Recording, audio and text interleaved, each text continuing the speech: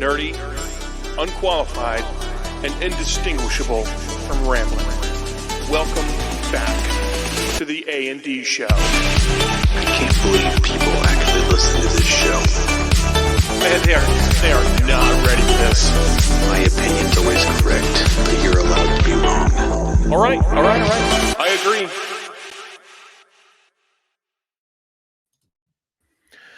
Hello and welcome to the A&D Show. I'm David. I'm Austin. And boy, howdy, do we have a doozy of an episode. Austin, I am freaking pumped out of my mind. You talked about this all week long. Yes. You're jacked. I'm so pumped. Here, let me just explain to our audience. Pardon me while I adjust my microphone here in studio. Great. That's great content, just for the record. So here's the deal, everybody. In the early days of A&D Show, when we were just getting our feet wet in the world of podcasting, season 1, you can go back. It's on this platform, whichever platform you're on currently, except for YouTube. We don't have any of those backed up there. But if you're on Spotify, if you're on Apple Podcasts, Amazon, Google Play, pretty much anywhere you can get podcast audio from, we had episodes, several of them in there that were not pop culture centric. They were just nerdy content. And it was so much fun. And I figured, we're coming back for season 5. This is, we have unprecedented episode length, unprecedented episode consistency, at least so far. We're in episode 2, so fingers crossed. 2 in a row. 2 in a row. We're doing it in our week apart. I mean, 2 in a row back, like on back-to-back weeks. That's better than our last 2 seasons combined. I don't think in our last 2 seasons we've had one episode per week. In fairness, even in our season 3. Even in our first season, we only did every other week. So this is cool. This is new. But yeah, so we had some content that was just nerdy content. And I figured since we're coming back for season 5, we're coming back strong, that it would be a good idea for us to kind of revisit some of our roots. And that's where we landed today. So we have a new episode, exciting topics, all kinds of cool stuff. But before we get into today's episode, I do just have a couple of disclaimers. First of all, according to a local hobo, Monday is best served on a Tuesday, unless, of course, it's a Thursday. So just wanted to put that out there. We appreciate all of our viewers, all of our listeners, and especially those who live on the street side. I don't know how you're getting our content, but we appreciate it. And thanks for being our roadside reporters. We appreciate that. Also, if you notice in the top corner, which this one over here, with me above Austin's head there is a little logo there called Powered by StreamYard. StreamYard is our new platform that we're using to produce these podcasts episodes for all of you. And I just have to say, and Austin, you'll corroborate this, I have been freaking out about this new system. All the different things. To be fair, you're doing all the driving. I'm just sitting here talking, which I mean, anyone that knows you and I, that's probably accurate. But also even better is that this is how it's been for the past like 3 I guess it's season 1. I come and I do the show with you, and you just make it look good or sound good. That's your job. Yeah. Well, if anybody is, unless you're not aware, which there may be a good portion of our fan base that's not aware.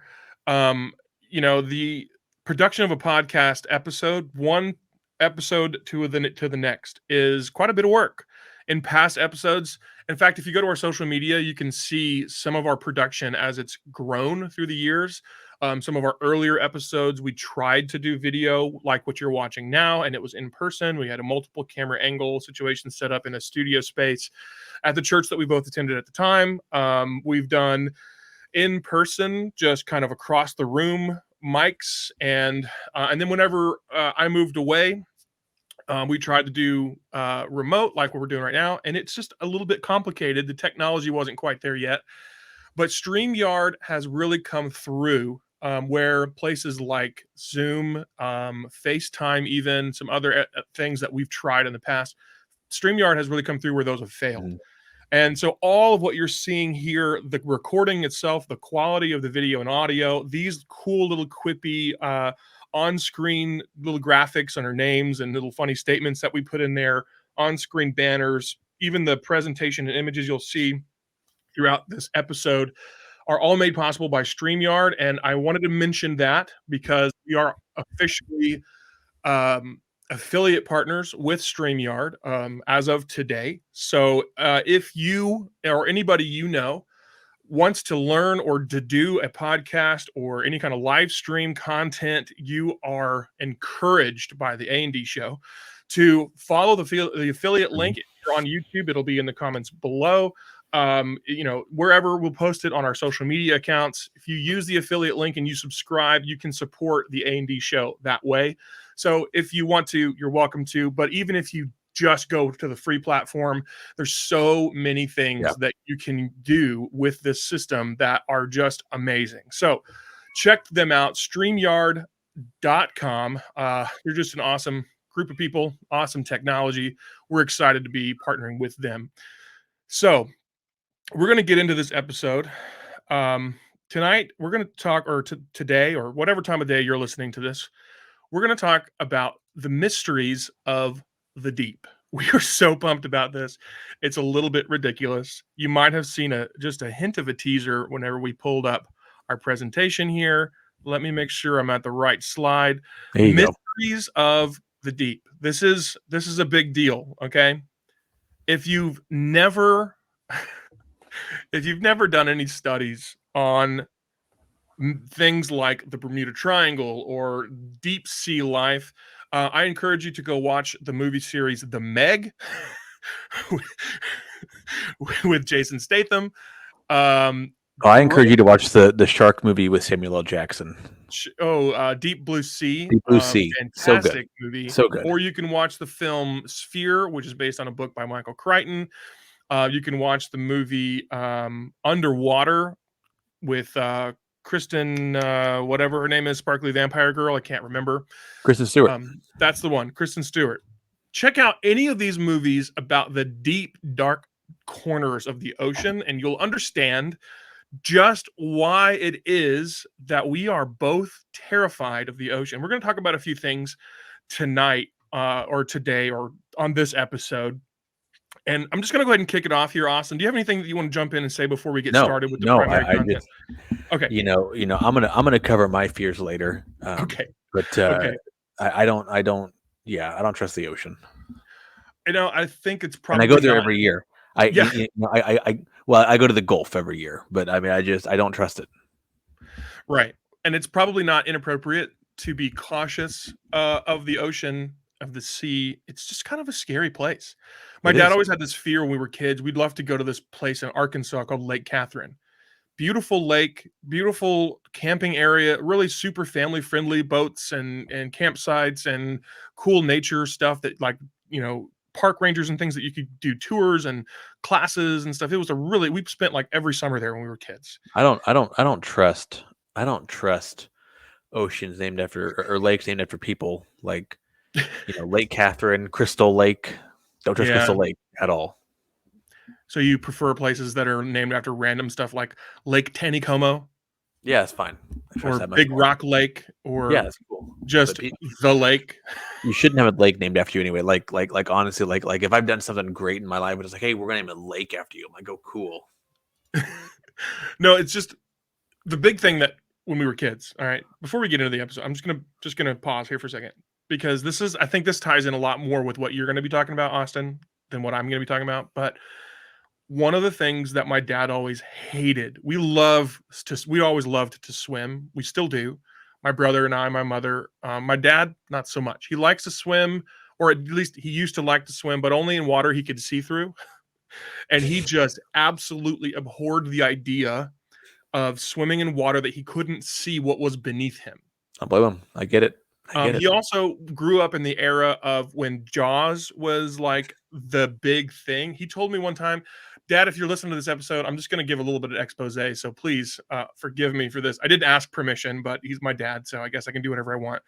He told me and my brother the story about whenever he first saw Jaws, it scared him so bad. He had nightmares for weeks about it, that he legitimately had a waking nightmare where he woke up in bed and he looked over the edge, looked around him, and he was on his bed floating in the ocean. And that he like freaked out and he sat up, spun his legs, and plopped his feet on the floor. And as soon as his feet hit the floor, the ocean disappeared. And he was back in his bedroom again. And That's then that's and then he funny. got up to walk out of his bedroom. And when he did, there was like an apparition of a giant shark mouth coming at him that enveloped him. And then it was gone. And I'm like, Dad, what kind of dope were you smoking Yeah, whenever this happened? So anyway, crazy, crazy stuff. that's funny. Yeah. Maybe So we're going to talk a little bit about. I You're going can't to picture. talk. I can't picture your dad having a freak out like that. But I guess he's probably younger, so I guess I do get it. But Yeah, yeah. No, he's I don't know. He's an interesting guy. We'll have to bring him on the podcast sometime to talk about it. It'd be we'll fun. bring my dad on too, and we'll have to get that E tag next to the podcast. Good call. Good call. All right, See, let's that's jump my into dad, this. not your dad. My dad. Is that a cat meowing in the background that I hear? So yeah, so David, you haven't been to my house in like 5 years. It's been a while. Yes. We found a cat. You found it in your and house? It was in our basement. We were doing construction, and somehow it got into our basement, and it's down here just like meowing at me because it wants me to pet it, and I'm busy at the moment. So It's like, cat, don't you realize we have things to do? I'm sorry for our anti-cat crowd. I apologize. And for our pro cat crowd, please go take this cat away from them. I'm just kidding. It's probably part of your family now. No. Your daughters would be hated if they took it away. Haley would trade our dog before the cat, and possibly me before the cat. So Well, that sounds about right. All right, let's get into this topic tonight.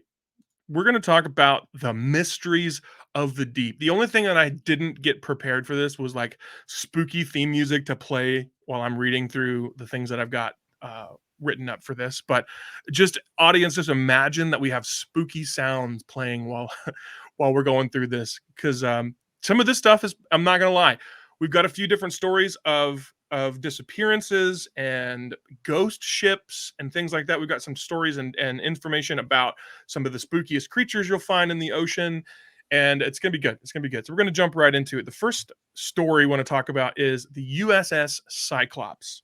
Now, if you're familiar with the story, just stick with us because we're going to talk about some of these stories, and then we're going to kind of give our own feedback and theories about what might have happened here. So first of all, this is a story. This article. I'm going to read a couple of articles here about some of these places and some of these things, and I'll give some credits here. So first, this one is written by Hannah Herzl on October 2021 for the Naval History magazine. So I'm just going to read this to you guys, and we'll talk a little bit about it afterwards. The USS Cyclops was built in Philadelphia. She was 540 feet long, 65 feet wide.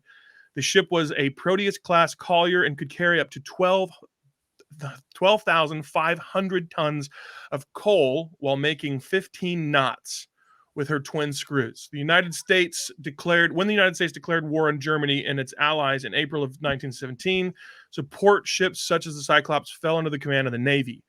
The administrative charge greatly affected the crews of these ships. Instead of being run by civilians, the officers were now members of the Naval Reserve Force. The Cyclops' final mission was to transport 9,960 tons of coal from her home port of Norfolk, Virginia, not Virginia, close.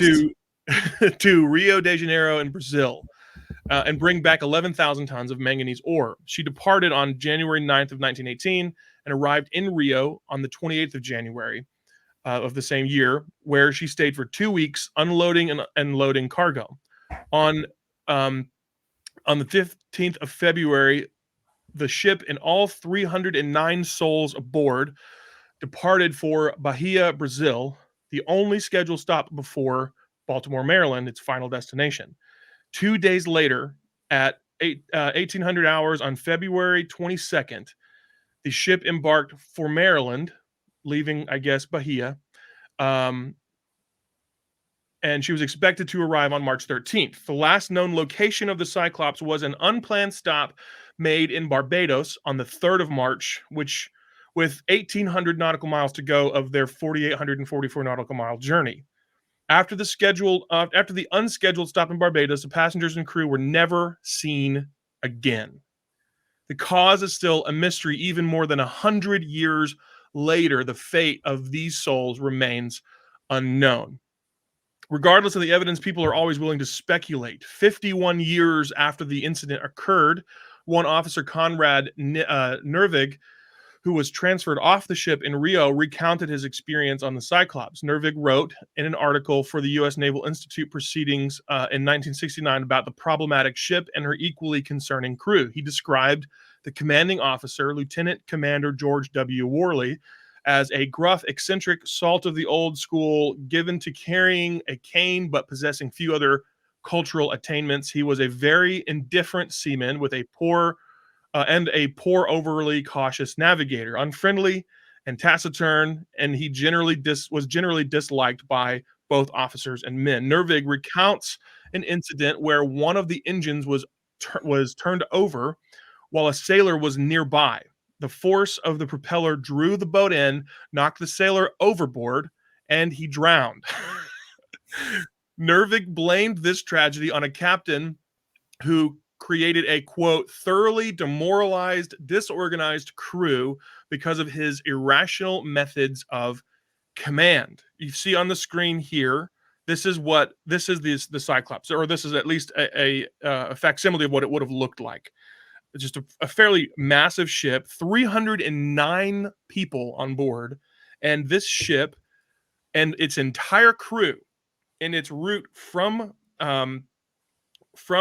Rio de Janeiro, stopped in Bahia, Brazil, and then it made an unscheduled stop in Barbados, and it disappeared somewhere between Barbados and Baltimore, and it has never been heard from again. So it left Barbados? It left Barbados, so there's record, I guess, of it coming into Barbados and of it leaving Barbados, but there's no record of where it ended after the fact. Oh yeah, the picture is the Cyclops. Here, I'll put it back on screen. The picture is the Cyclops, and it was when it was anchored in the Hudson River off New York City on October 3rd of 1911. That's what we're seeing there on screen. So this is just like, I mean, it's a long trip, right? It's open ocean. It's a big, vast ocean. Even if they knew exactly the heading of the ship, if there was some kind of magnetic interference with the compass, it's entirely possible that the ship could have veered just far enough, of course, that they would never have any idea where to look for it.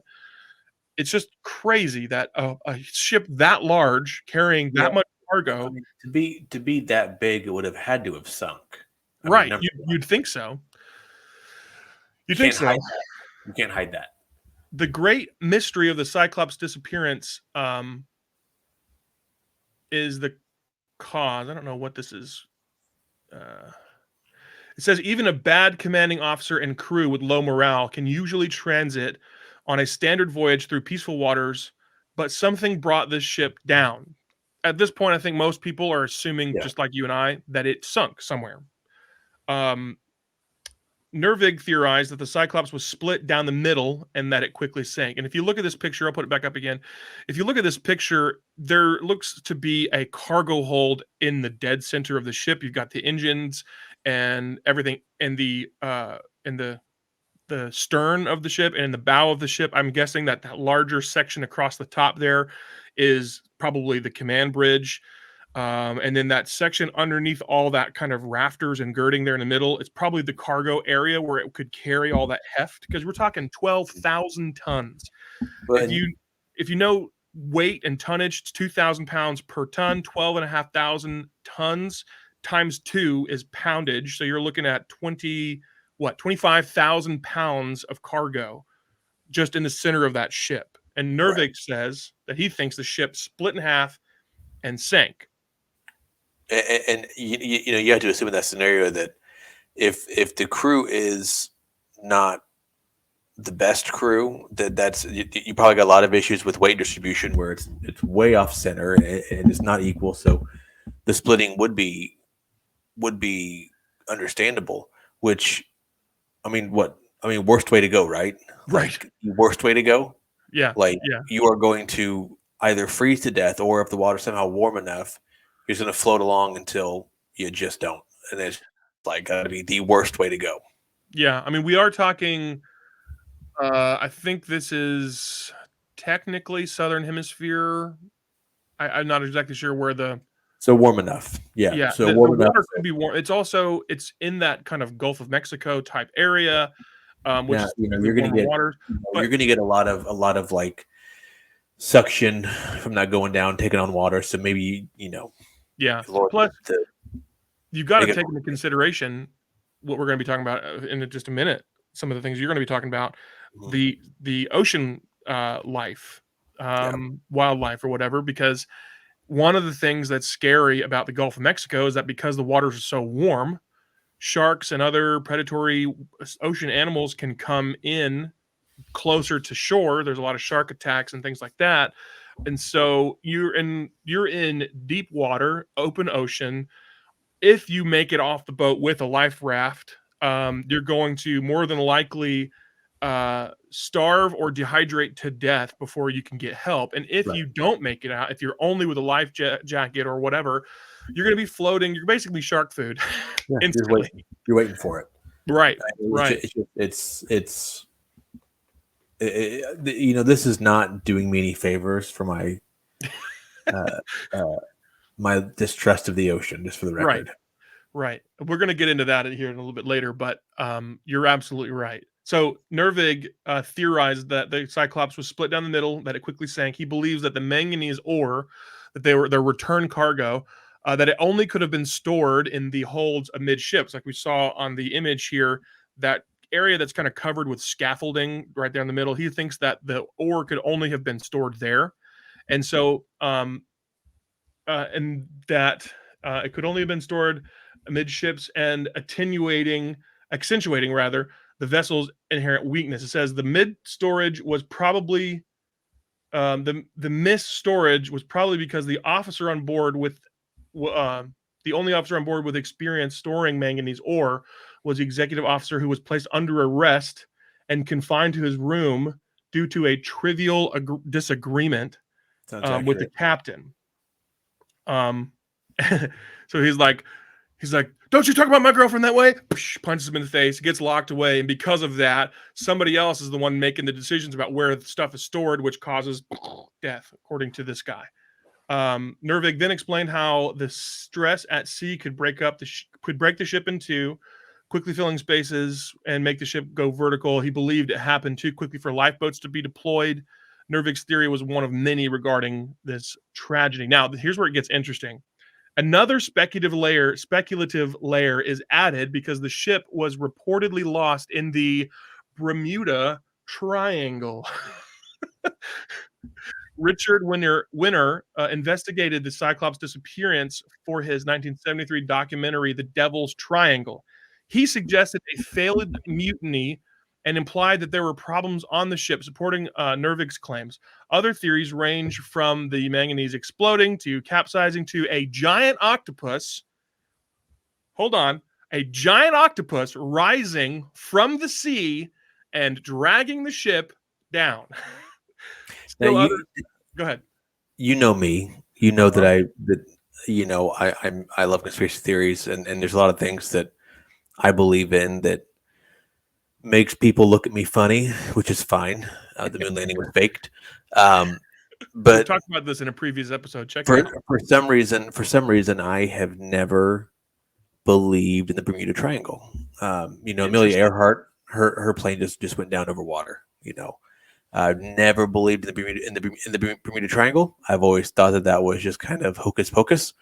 So for all the things that I believe, This is not one the of them. Bermuda Triangle is not one of them, or giant squids, for the record. Other theories speculate that the ship was sunk by a German U-boat, but post-war records indicate that there were none in the area at the time. The good thing is Um, that governments never lie. Come on. This is not a political podcast, but we will get into that if we have to. Right or left, we all agree. And then some other theories are discussing some of the issues with the ship, that there may have been some mechanical problems with the ship that caused it to sink. The world may never uncover the truth. Was the ship fated to tragedy because of horrible leadership? Or was she just another mysterious victim of this, quote, devil's triangle? So let's Or leadership. discuss a little bit, because I know you don't believe in I Bermuda don't. Triangle. I don't believe in Bermuda Triangle. I think that it's always been a farce. I've just never thought that it was like a legitimate thing. But poor leadership happens every day. I Right. see it all the time. Right. And so, I could see a ship that size going down. Either a mutiny happened and it got out of hand, and either the ship got damaged and took on water or something, or it did just sink on its own, and Yeah. because of poor management.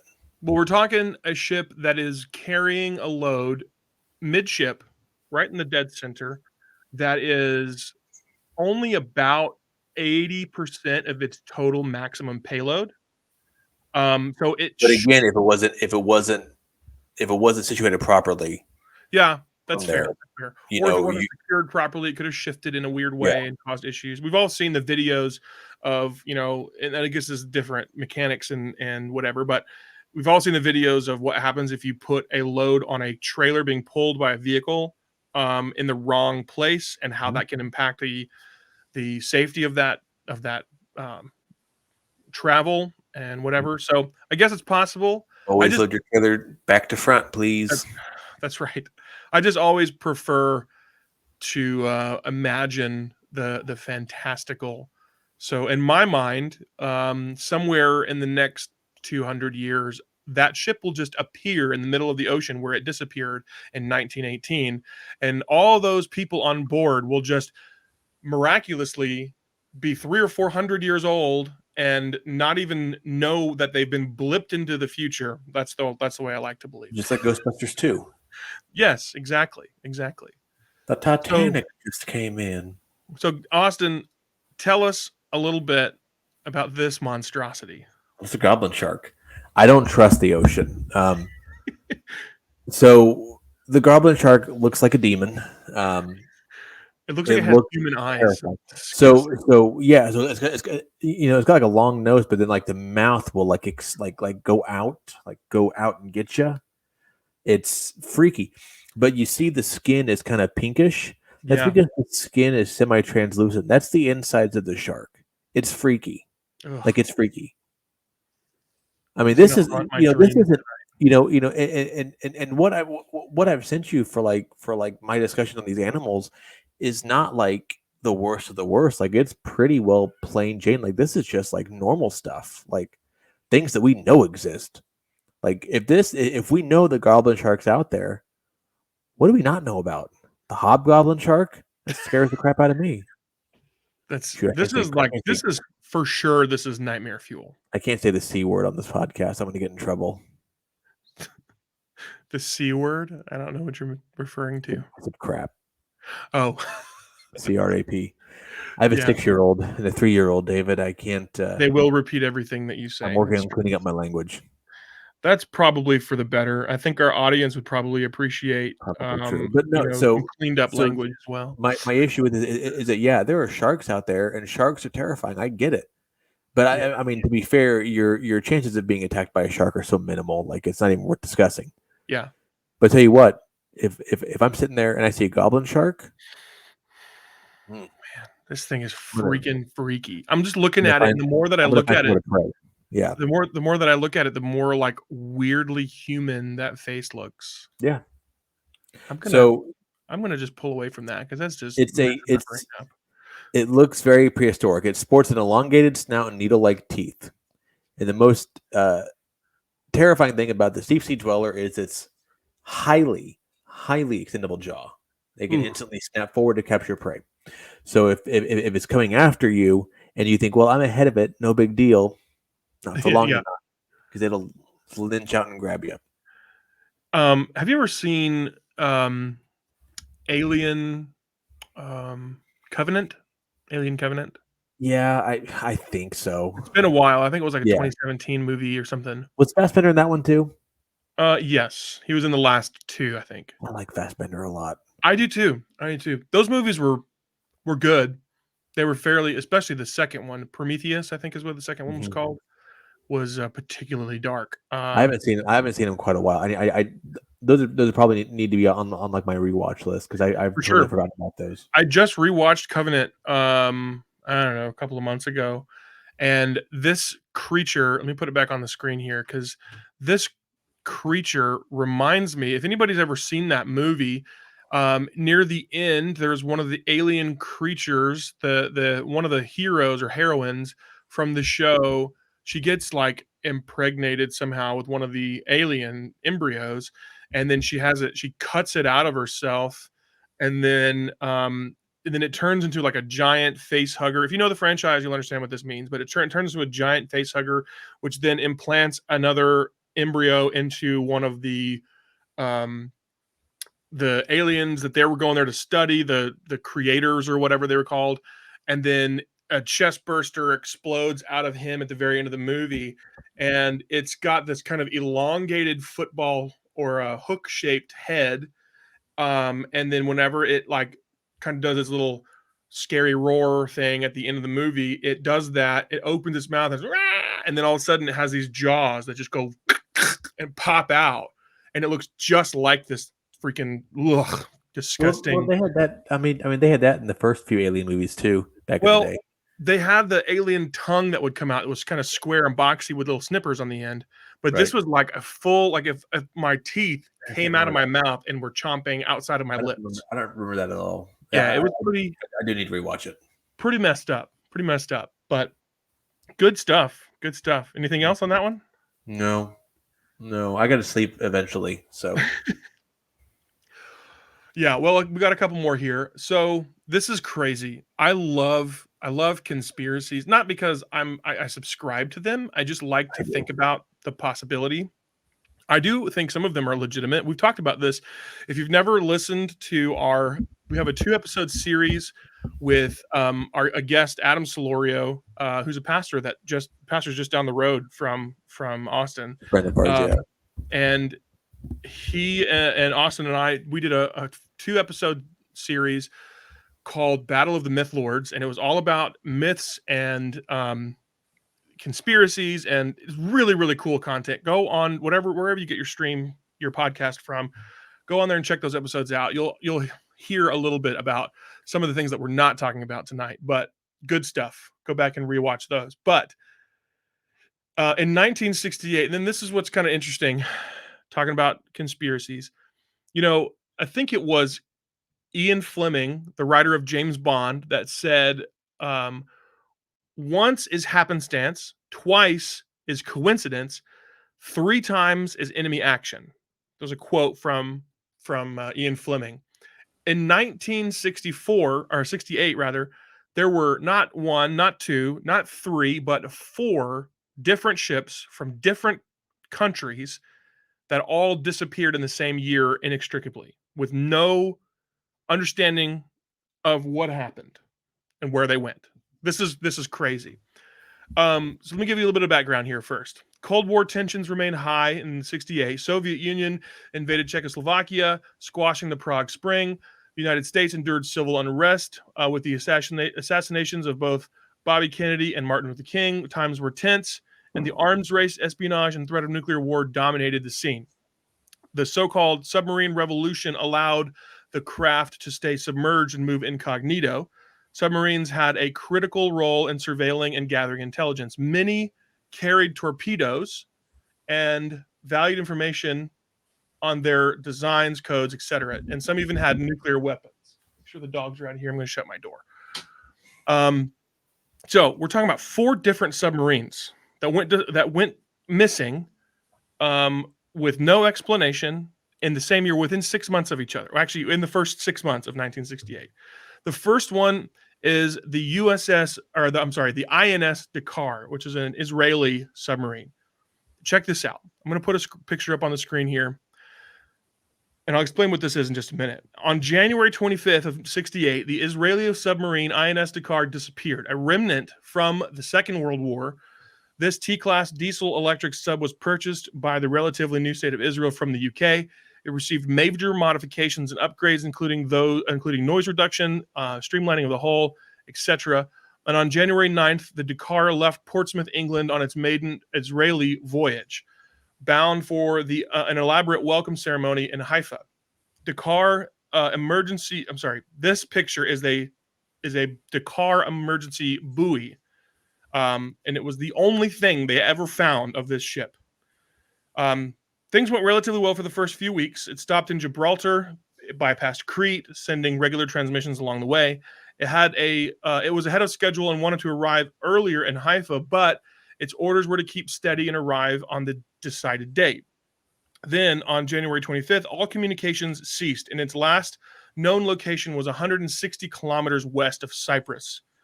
You can look this up, just kind of check it out. It's kind of crazy how short of a distance it traveled, and that it went missing in this short distance. An international search and rescue operation began immediately. Israeli, United States, Turkey, UK, Lebanon, Greece, all of them worked together to find the lost submarine and its crew of 69 men. On February 9th, authorities in Cyprus found an orange emergency buoy. You can see this picture on the screen right now. An orange emergency buoy belonging to the vessel. However, after days of scouring the seas, the international team eventually the Israel Navy gave up. Now, this set of stories we're talking about here are the only ones of my research that have actually gone back in decades or multiple decades later and actually found what they believe to be evidence of where the ship ended up. So in 1999, 30 years later, another search by Israeli and the U.S. navies found the wreckage, at least what they believe to be the wreckage, of the Dakar on the seafloor between Crete and Cyprus, approximately 3,000 meters below the surface. So this Israeli purchased submarine was on its way back to Israeli waters, and it just, for no reason, there's no research that shows what happened. It just disappeared, and 30 years later, they found pieces of it, not even the full ship, just pieces of it, what they believe to be the ship, just settled down on the ocean floor, 3,000 meters down, right? That's Now, number you one. said you said that was like during the Cold War area, right? Yeah, 1968. Got it? Yes. Check this out. Moving on. This is the French submarine, the Minerva. 2 days after the Israeli submarine vanished, the French submarine Minerva suffered a similar fate. It disappeared off the waters of Toulon in southern France in the Gulf of Lion. Her last known depth was around 2,000 meters. It disappeared just an hour before it was due to arrive in Toulon. It carried 45 men aboard. The French sub disappeared. It just disappeared in the Gulf. 20 vessels and many aircraft flyovers later, the search was called off. The French Navy did not have answers for the families of the lost, nor did they investigate any further. Decades later, even longer, 40 years later, in 2019, the ship turned up 45 kilometers south of its final destination. It was only 1 hour away from arriving where it was supposed to be when it disappeared. And then 40 years later, they found it 45 kilometers away in the wrong direction. That is just nuts. Like, how does that? How far is a kilometer, like in miles? Because I'm an American. Like 0.6 miles. Let me do a quick calculation here. 45. Most of our audience is going to be American, David. So it was let's use real 27.9, almost 28 miles in the wrong direction. And you have to keep in mind, this is 1968, right? These are more than likely remnant submarines from the Second World War, which had only ended, 18 years before, 13, 15 years before? Not a long time. So, I mean, granted, they might have had some time. None of these, that the research that I've shown, at least, none of these have been submarines that were particularly new or advanced. They were just submarines that disappeared inextricably, and they didn't find them for 30 or 40 years in this case. But this is crazy that the same exact story happened 2 days later in a different part of the world. Mhm. It's just, and the fact that it was only an hour late of its arrival time, and it ended up 30 miles in the wrong direction. And in my mind, I'm thinking, well, there's a couple of possible theories here that, the ship maybe lost power and drifted for 30 miles, because there was no way that it would have been that close to its destination, and then all of a sudden 40 years later it's 30 miles away. I don't know. I just don't know. And I think that's kind of the whole crux of this discussion, is that nobody really knows what happened. um Well, and let's that's, move- I mean, you're right though. I mean, they're that one. Yeah, yeah, you're right. I mean, there's a lot of potential, causes there. Now, my submarine knowledge is going to come from the Hunt for Red October, yeah. and Rogue Nation. Mission By the Impossible Rogue way, Nation. Hunt for Red October, So uh good. it's not good. Is it, or it's so good? So good. Okay. Have you ever read the book? Is that a no? David, how long? You've known me long enough to know the answer to that question. Okay. Okay. Well, I've gone on a kick in the past several months of finding movies that I really, really like, or shows, whatever, and then Mhm. reading the books that they're based on. And I will say, though, that is one of the few instances. The movie was great. The pacing was a bit slow at times, but the movie was fantastic. But I will say the book far outdid the movie, and it's only because they took more time to explain what was happening and why it was happening, which built that tension a lot more effectively, in my opinion. But yeah, no. So you're absolutely right. That's, if you've read the book, if you've watched the movie, either way, you'll understand a little bit about the Cold War era and the stresses that were on sub captains at the time. So the Minerva. Now let's move on real quick here. Now this is the Soviet K-19. Soviet K-19 belonging to the Soviet Navy, the Pacific Fleet. It disappeared while on patrol in the Pacific Ocean, while conducting a ballistic missile combat patrol. It was supposed to return on May 5th, and it never made it. During its time at sea, it did various successful dive tests according to transmissions. However, communication ceased 2 weeks into its mission when it missed its regular March 8th check-in. The Soviets began searching frantically for its nuclear-armed vessel. This is what's scary about this one. This is a nuclear submarine. Okay. They frantically began checking for their nuclear-armed vessel. This caught the attention of the Americans, who decided that it might contain critical intel and weaponry. While Soviets eventually gave up, the CIA launched a search of their own, fronted by Howard Hughes and the Howard Hughes company, Global Marine. The Americans recovered pieces of the wreckage that same year, August 20th of that same year, northwest of Hawaii. And this is what's interesting. It's funny that you mentioned Hunt for Red October, because this is almost exactly the same premise at the beginning of the story. Now, granted, Red October was about defection of a Soviet submarine and its crew to the United States, carrying nuclear weapons and all kinds of other technologies. But this is the disappearance of, and I'm sure because of how high tensions were and how much people of the time were concerned with defecting and all that kind of stuff, that's probably what they thought happened. And there's so many theories that could apply to why this ship disappeared.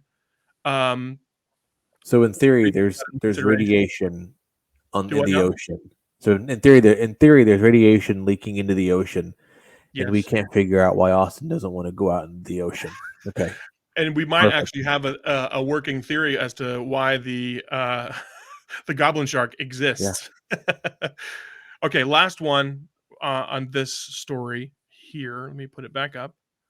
This is the USS Scorpion. Okay, this will come close to home. This is a United States nuclear submarine.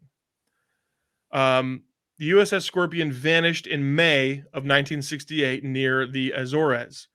I don't know where that's at. Look it up yourself. I didn't Okay. do that homework. This vessel dealt with submarine warfare tactics and carried nuclear weapons. Its purpose was to surveil Soviet activity in the area that it was in. It looks like the Azores is somewhere mid North Atlantic, kind of somewhere between like the uh, Virginias and Portugal, kind of 2/3 way across the Atlantic Ocean towards Portugal. It says the Scorpion's last message stated that it was closing in on a Soviet vessel to observe it. Then it fell silent. On June 5th, after an extensive search by the U.S. Navy, the submarine and its occupants were declared lost. The Scorpion sank 740 kilometers southwest of the Azores, marked on this map that I'm looking at here. Again, 2/3 of the way across the Atlantic Ocean towards Portugal if you left Virginia. Now, to give you frame of reference, 740 kilometers is 460 miles. So it was 460 miles southwest of the Azores area. So it's 460 miles southwest off the Portugal coast. The case paved way for research and development into hydroacoustics. Apparently, the Navy's submarine detection system caught what seems to have been the sound of explosions from the Scorpion. However, the direct cause remains inconclusive. Pieces of the wreck currently sit on the seafloor 740 kilometers or 460 miles southwest of the Azores or off the Portugal coast. Because the nuclear material on board sank with the ship, the site is radioactive, which ties directly into what Austin is talking about. Now, let's talk theories here. There's a few ideas about all of these. Now, bear in mind, we're still talking about between January and August of 1968. Actually, between January and May, so not even 6 months. It's 5 months. At the beginning of 1968, all 4 submarines went missing and were eventually at least partially discovered in pieces with no explanation as to what happened. And I guess this is a time before black boxes or whatever could be recovered to figure out what exactly happened. But, it's just kind of crazy that all of these happened all in the same 5-month span. So let's start with the timing. All incidences took place within the first half of the same year. Is it a coincidence? Perhaps. Authorities concluded that the Minerva went down in bad weather, which is not unlikely, but you're talking about a ship that goes under the water. It's a submarine. Like if any vessel is going to survive bad weather in the ocean, it's the one that goes in the ocean. Exactly. Knock it around, dude. It's fine. It's a submarine. You can punch it all you want to. It's not going to hurt it. It's like the idea of an airplane flying over a storm. A submarine sails under a storm, right? I mean, that's the way I understand it. If there's anybody that's a submarine, cool. Have you ever flown above a storm? Oh yeah, it's the coolest thing in the world. It's freaking nuts. It's awesome. Yeah, it's crazy. If there's anybody though that's an expert on naval travel or submarine stuff that's watching, please comment below or message us, reach out to us. We'd love to have you come on the podcast and discuss some of this further in the future. This is the only one. It says here, hold on, that the Minerva went down in bad weather. There was a hurricane level storm in the area at the time. This is the only one that breaks the pattern.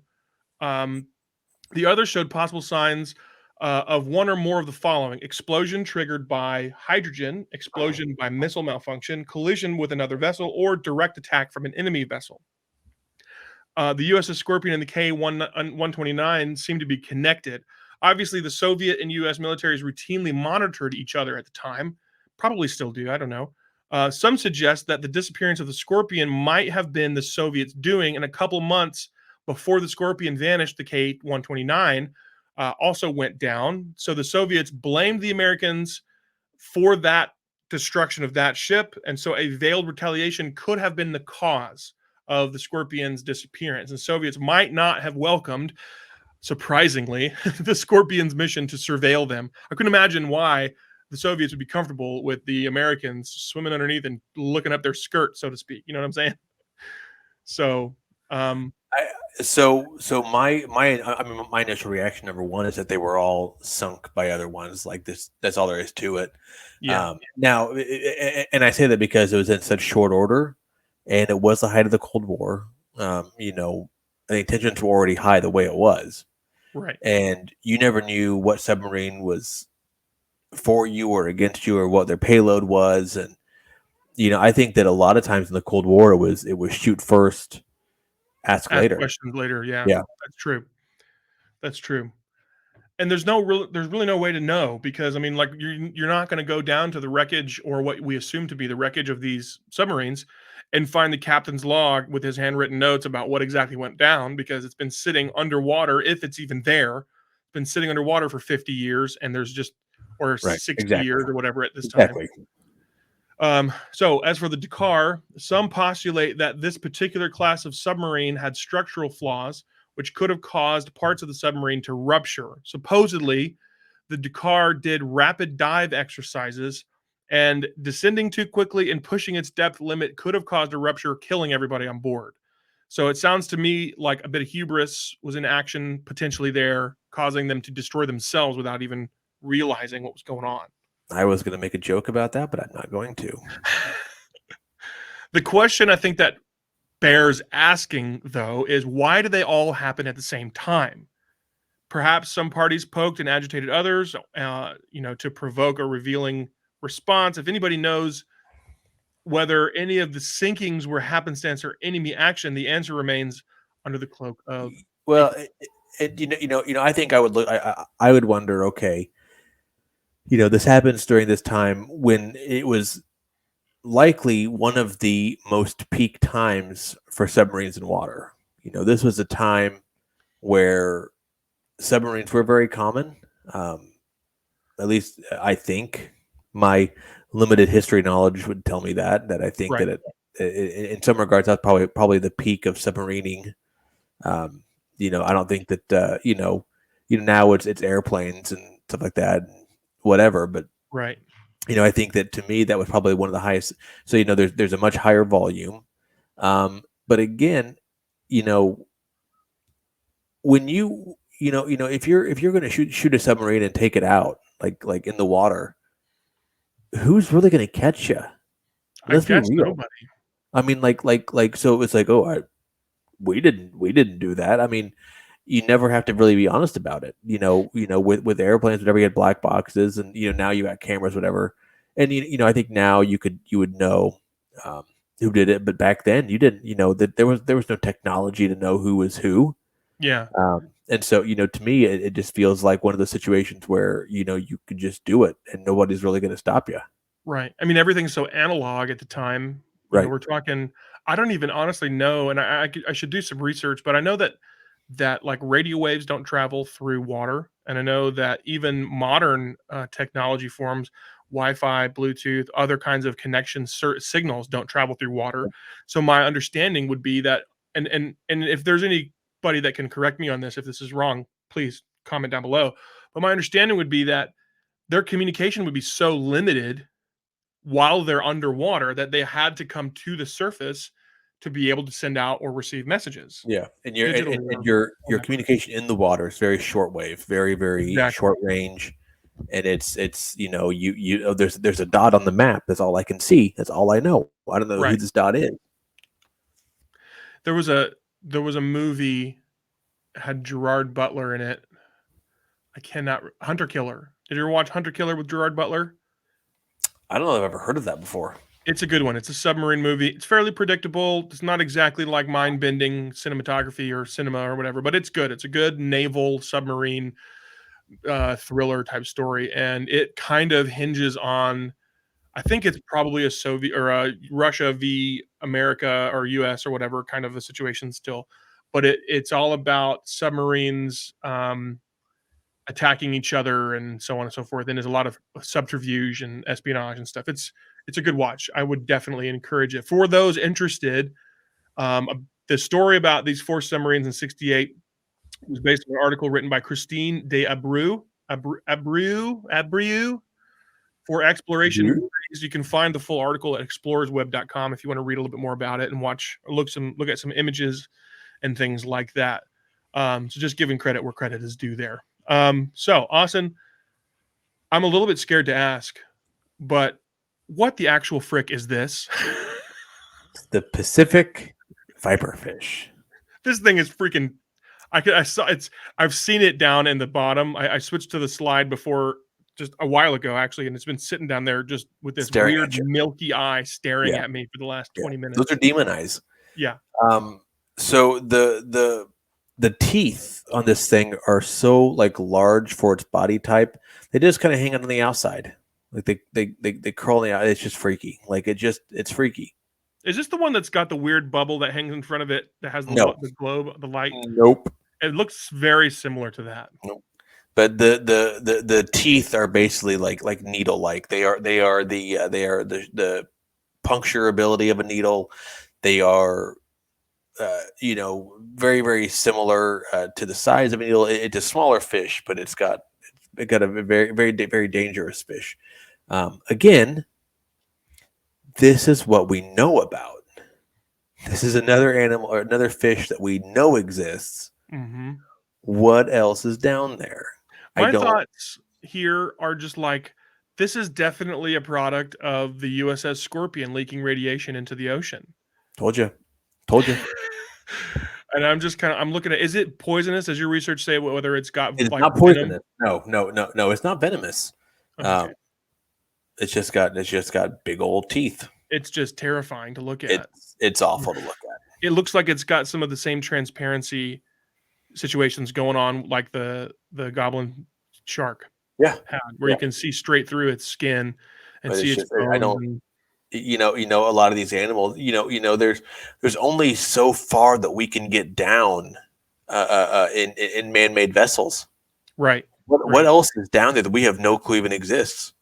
Well, and that's one of the things I mentioned. I kind of half jokingly mentioned about the movie series The Meg when we started this podcast episode, and for all intents and purposes, that movie is a schlocky, fun time, and it's just pure fantasy and fiction.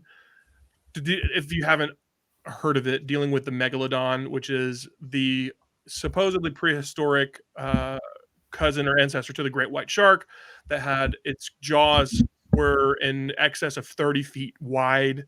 Its teeth, as big as your head, each tooth as big as your face.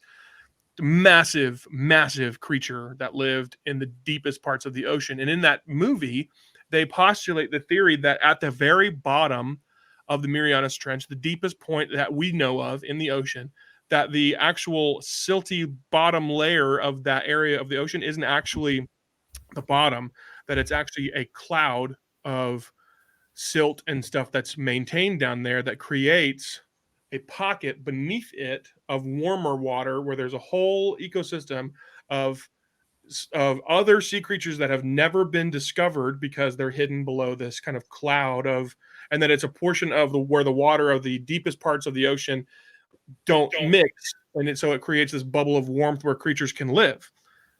Kind of ridiculous, but kind of interesting to think about. And whenever you look at stuff like this, it makes you wonder, is it possible if freaky looking weird things like this exist down there? I mean, God knows what else. I'm truly not being dumb. Like, I think it's terrifying. Yeah. I have no desire to go on a cruise or like fly across the ocean. Like, right. I don't have a passport. And I don't know that I ever will have a passport because I have no desire to leave this country, because that means I got to go across a big piece of water. Yeah. Right. And I contend, that's got to be the worst way to go. There was a movie or some scientist or something made the statement at one point that as a species, humanity knows more about outer space and the universe as a whole than we actually know about the spaces and areas underneath the water. And I think the biggest clincher there, and this is the part that scares me the most, besides the creatures, if you can develop technology that can get you to the deepest parts of the ocean safely and return you, theoretically, some of those creatures, depending on their size and ferocity, would probably not be that much of a threat. But the thing that scares me the most is pressure.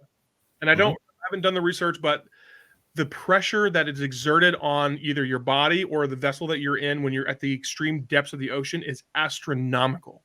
And you get down to a certain point and there's just no way to keep the pressure of gravity and water on you from crushing you completely Yeah. into the I mean, ring. they believe that submarine, that man-made submarine that went down with those people in it. They Yeah. said that it was basically just like they think it was just like one bolt that went bad, and that popped with enough pressure, and it was just instantaneous. Like Right. you just basically croak right there. Yeah, I think what freaks me out is that NASA was founded to explore the ocean, and they went down and never went back down there. What did they find? And Right. I'm not being stupid. Like I truly believe that there are things in the ocean that they know exist that they don't want anything to do with. It's possible. That is an incredibly intriguing postulation, but it's also entirely possible, and just in my personal opinion, that it's easier to contain air inside of a vessel in a vacuum than it is to contain air and keep the pressure from the outside from crushing inward. Because Probably. think about it. There are elements on the International Space Station that are just thin pieces of rubber gaskets, Yeah. that like window coverings that you can open and close, that are exposed to the vacuum of space. But because of the way that they've built the ship, it's totally fine. It That's doesn't true. take that. Like the engineering is more capable It's of true. handling But I something still like that. wonder. I still Yeah. wonder. Yeah. There's the movie I mentioned earlier also. I guess there's no way for us to escape talking about movies because there's so much creative Yeah. ideas out in the world. But the movie I mentioned earlier with Kristen Stewart that called Underwater. Have you seen that one? No. It's really good. No. It would not work well with your fear of the deep ocean, but it's good. And True. one of the scenes is one that pretty significantly impacts or works against my fear of underwater exploration, which is dealing with the pressure, where there is they're dealing with deep sea, basically, what are they called? EV, environmental suits, deep sea high pressure, walking around on the ocean floor in these high pressure suits. Nope. And one of the characters, he gets in one of the suits, and there's something, a bolt pops off a wall and it hits his visor, his face mask, and it just does a little tiny nick in the glass. And then it takes about 2 seconds, and the whole thing and he's just a cloud of red mist. Nope. I'm And out. I'm just like, oh, I would definitely recommend that one. That's a really intriguing story. I would not. It's pretty fantastical. But if you like spooky underwater thriller, it's a good one. Nope. I would not recommend that. I mean, I liked it, but I mean, I'm also a garbage human when it comes to TV and movies. I'm pretty easy to please most of the time. Sure.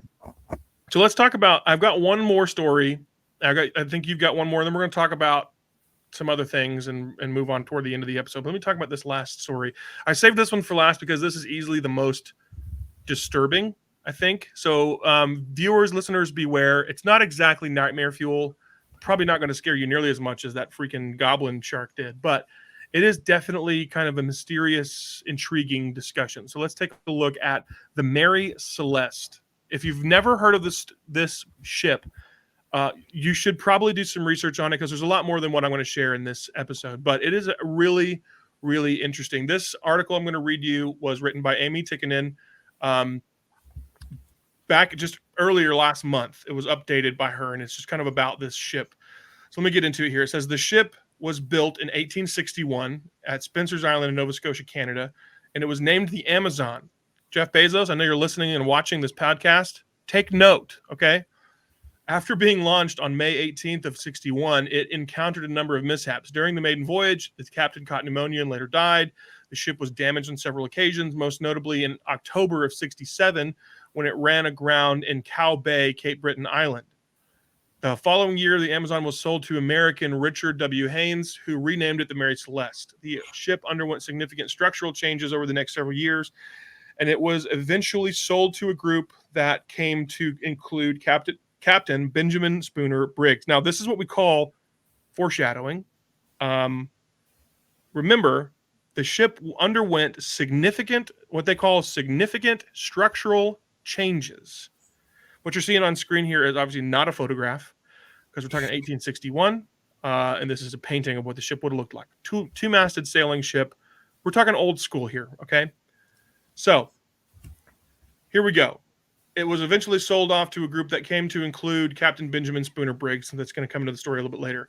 On November 7th of 1872, the Mary Celeste set sail from New York City with more than 1,700 barrels of alcohol destined for Genoa, Italy.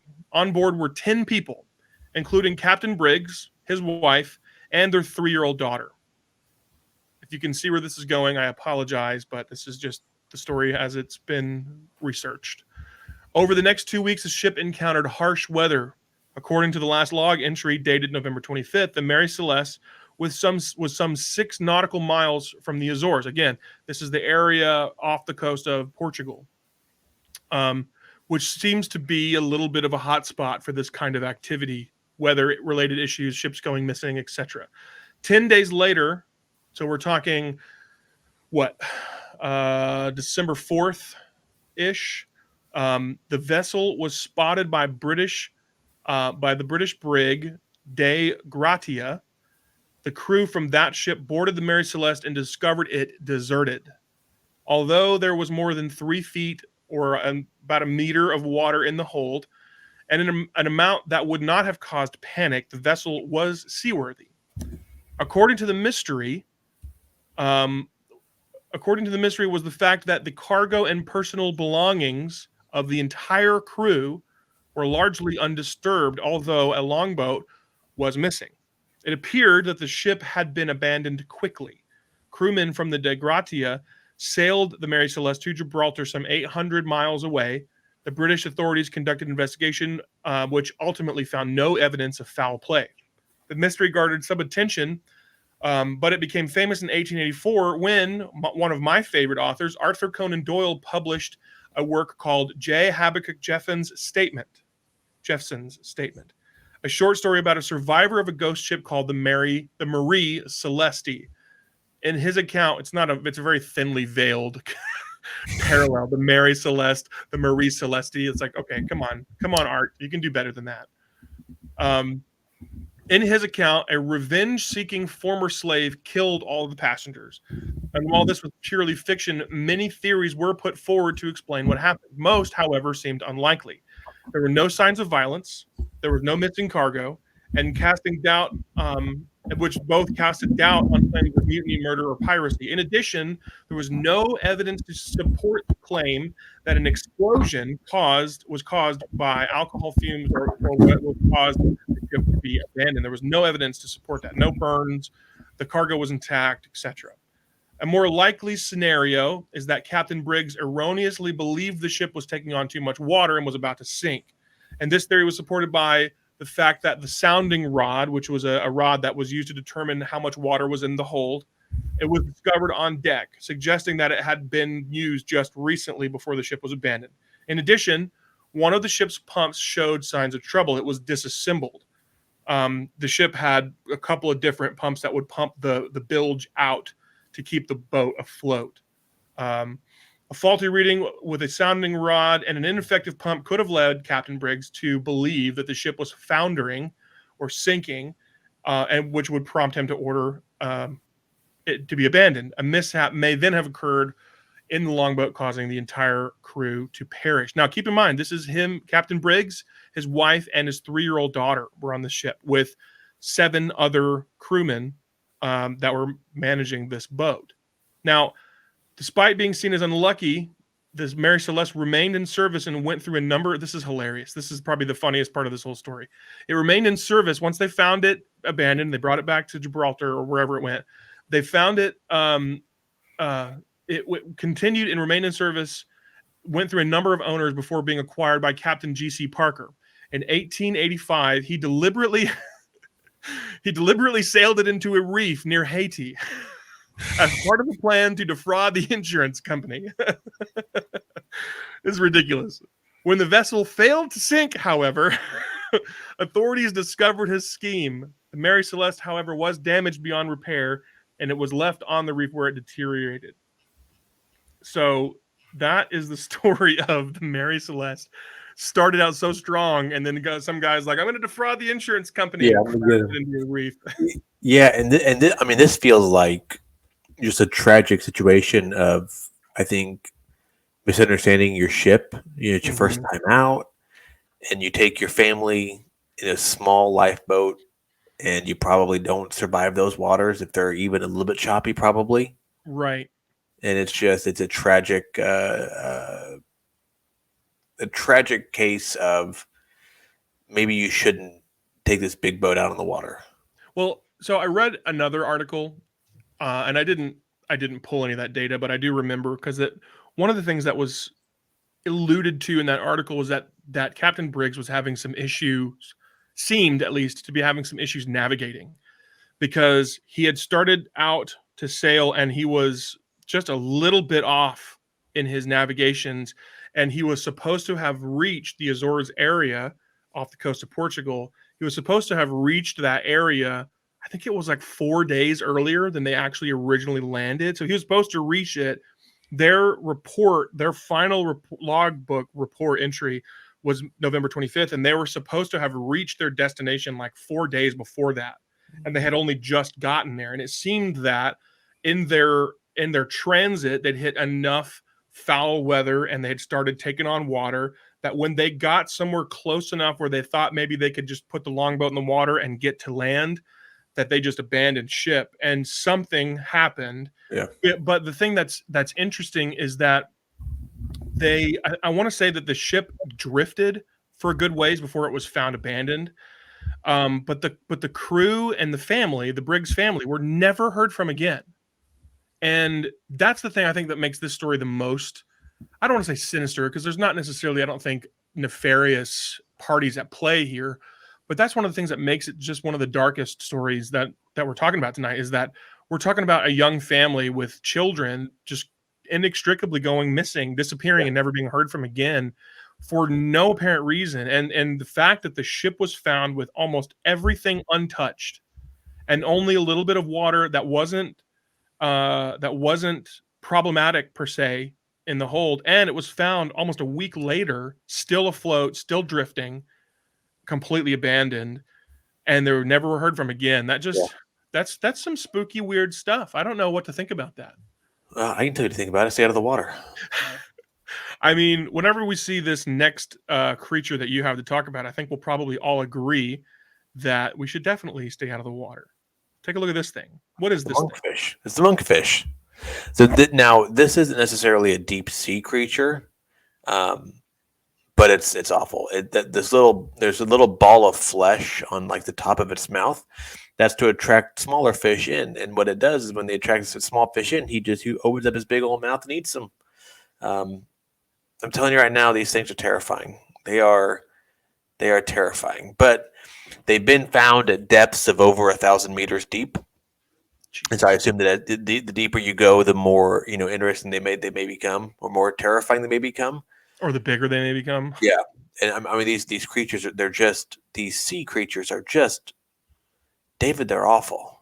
That's terrifying. Awful. I would not want to meet one of those in a dive. No. McKinley asked about what you talking about jellyfish. I said, well, yeah. I mean, it's not jellyfish necessarily. I mean, McKinley loves sea animals, and so she was asking about about sharks, stuff like that. And I said, no, we're talking about freaky animals. Well, sharks are freaky. I said, no, that they are. This is freakier. Goblin shark. I mean, come on. Terrifying. Absolutely terrifying. It's just, and I feel like this is going to be kind of strange. Have you seen Aquaman? No. The first one? You haven't? Nope. Neither one. Neither first or second one. I've seen them both. They're not horrible, but one thing that they don't do very well is they don't clearly illustrate how terrifying underwater life is. They make it seem all bright and neon and sparkly and fun, and it is great. not. It's colorful and fun, and everyone's gonna have a great time. No, it is dark and scary and full of horror. It's terrifying. There's not one thing or one time where I've been like, it sounds like a blast is going down into the ocean. That has never sounded good to me. Right. Like, not once. I don't want to go in the ocean. I don't want to go in the ocean at all. Not at all. Not at all. I'm not like, because the ocean sucks. Yeah. So, and I say this. All right, so every year, my family and I we go to Florida.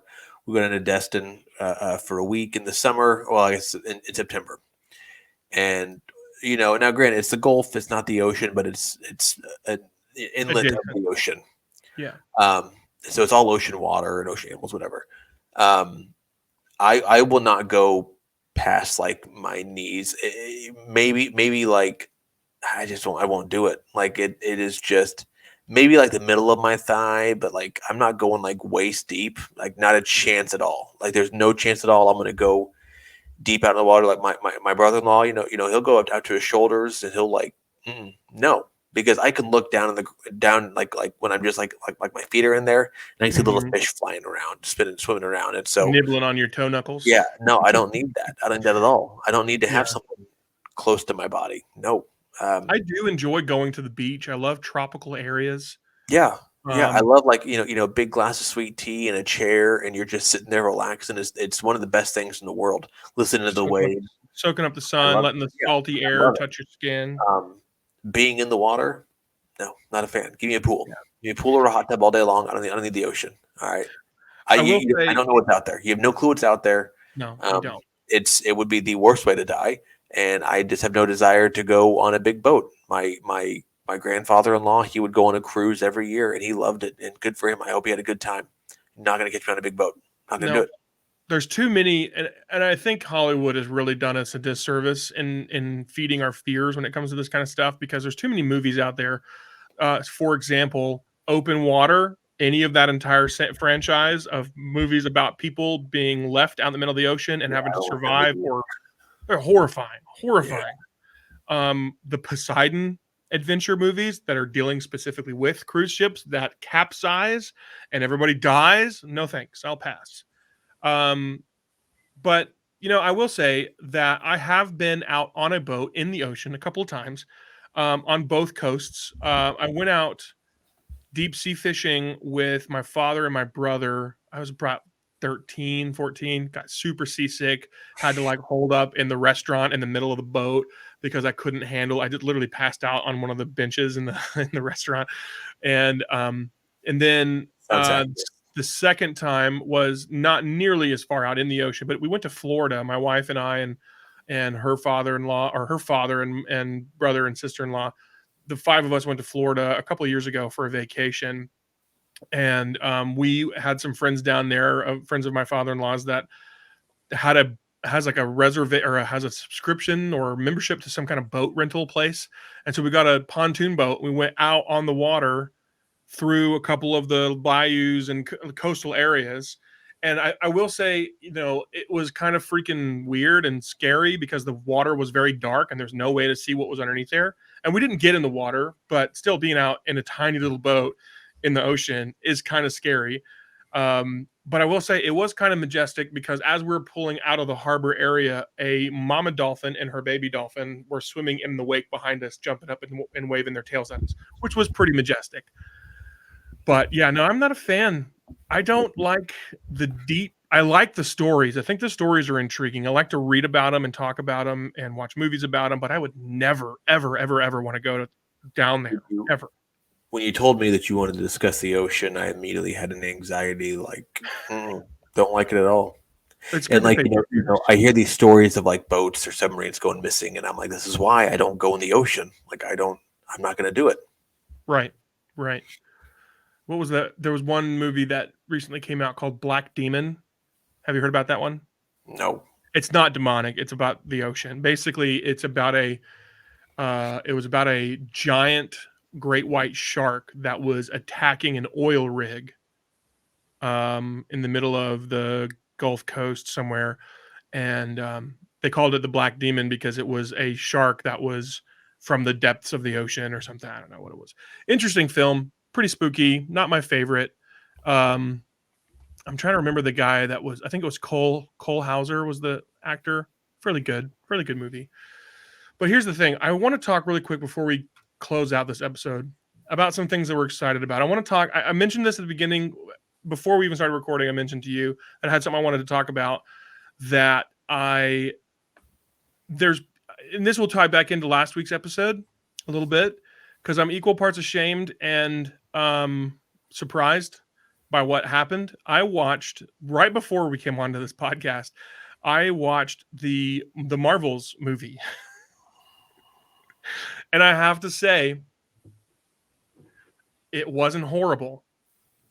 It wasn't horrible. Now I'm a self-proclaimed, I don't want to say fan. I don't think that's the right term for it, but I am a self-proclaimed appreciator, if I can put it that way, of Brie Larson's Captain Marvel. I thought the first one was good, better than some of the other Marvel movies that I've seen. But there's not exactly it's not exactly hard to break that low bar. Some of the stuff they put out is Sure. just rough. But this one was surprisingly pretty good.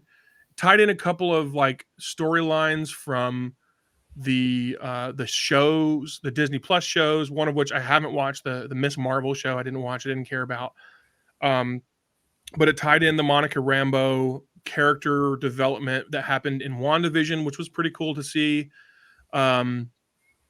It kind of picked up a little bit after Thor Love and Thunder, with Valkyrie as the leader of the people of Midgard or whatever they're at, wherever they're at now. Asgard, whatever the place is called. It was pretty interesting. I'm not quite done because there's apparently a couple of post-credit scenes that I haven't actually gotten to yet because I've paused to come record. But I will say it was surprisingly fair, surprisingly good. It was much better than the Eternals. It was much better than Black Panther 2. It was quite a bit better than most of the TV shows. Mm-hmm. Special effects didn't take me out of the story. The story was good. I thought Brie Larson was great. And surprisingly, the Kamala Khan character was fairly well acted by the girl that does that character. I thought it was pretty good. Was it in-game level? Was it, No Way Home level? Absolutely not. But does it stand out to me as one that was better than a good bit of the stuff coming from Marvel up to this point? Definitely. So I just wanted to throw that out there. I know that it's not something we're excited about, but in consideration of what we talked about last week, not being excited about what Marvel's doing lately and stuff. I will move it from my will not watch list to maybe watch list. Yeah. I think it's good enough. It's not packed with a bunch. At least I didn't detect that it was packed with a bunch of subversive hidden messages that you wouldn't want to subject yourself or your family to. It was just a cool, fun story about, granted, it is very female empowerment, which I'm not against that. It's very girl power forward, which again, I'm not against that at all. It was fun. I actually quite enjoyed it. So anyway, are you excited about anything this week? If you were going to ask me what I was excited about this week, I don't know that I would know how to answer that. I'm really, really close to 100%ing Super Mario Wonder, which if you've not played that game, even at 40, it's a blast. Almost 40, I guess it's a blast. I thought the game would be stupid, but it's actually super duper fun. So Super Mario Wonder, I highly, highly recommend it. And I guess I'm kind of holding out hope for a Switch 2 announcement in the next month or so. You think that's going to happen? Yeah. Oh, yeah. Well, I mean, it's going to happen. It's just when are they going to announce it?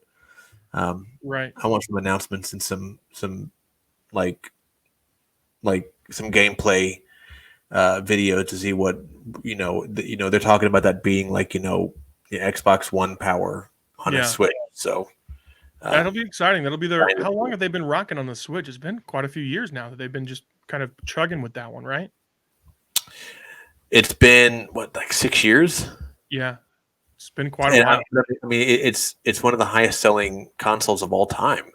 Yeah, I mean, it's fun. I love mine. It's phenomenal. And so, the Switch 2. I told my wife. I said, "Hey, good news." I said, later this year, McKinley's going to get her own Switch. This is going to be great. And I said, I'm also going to get a new Switch. So she's going to get her on because you're going to retire yours and will it to her then, I guess. Yeah. Yeah, correct. She's going to get her own Switch to play when she'll be excited about that. And I'm going to get the new Switch. Well, exciting. Wading it, playing it, splashing it. That's cool. Don't go deep in it. Say that again, because I don't think you came through. Don't go in the ocean. It's good advice. You can stop right there. Don't go in the ocean. Wade in it, walk in it, fine. don't go deep in it. Yeah. It's dangerous. Stay out of it. Gosh. And don't go on boats or submarines either. And listen, if you're listening to this podcast at night, and you feel like you're prone to nightmares, we apologize. We maybe should have put a disclaimer at the beginning of this episode. Man up, figure it out. Man up, get in bed with your parents. When I was a kid, I had nightmares about the fish sticks guy with the yellow rain slicker. It was a fish sticks company. The guy had a yellow rain slicker on. Nightmares constantly as a kid. Although it's partially also because of Last Action Hero, starring Arnold Schwarzenegger. Oh, Another one of those movies. Another movie I shouldn't watch as a kid. Thanks, Dad. Right. Well, yeah. I guess if there's anything to take away from this episode today, it's just don't go in the ocean. It's not worth it. There's nothing about the ocean other than the beach that you need to worry yourself with. It's true. Oi. Well, this has been a bit longer of an episode, but I think it's been fun. So let us know in the comments or message us on Facebook if you like this episode. We had a good time. We had fun. I hope you did, Austin. I think we did. I might be dreaming about a lot of this stuff tonight, but I think it's worth talking about. It's good. We're going to have some more episodes like this. If you want more content like this, let us know. We always like to have feedback from our audience. But we are going to have some more. We have some more things coming up, some things in the works. We're excited to bring on some different guests for different discussions, talking more about some pop culture, more about some other just genuinely nerdy things. So if you like what we're putting out, let us know and continue to come back for more great A&D Show content. But for now, we're going to sign off. So thank you for watching. Thank you for listening. And we'll see you next time. Adios.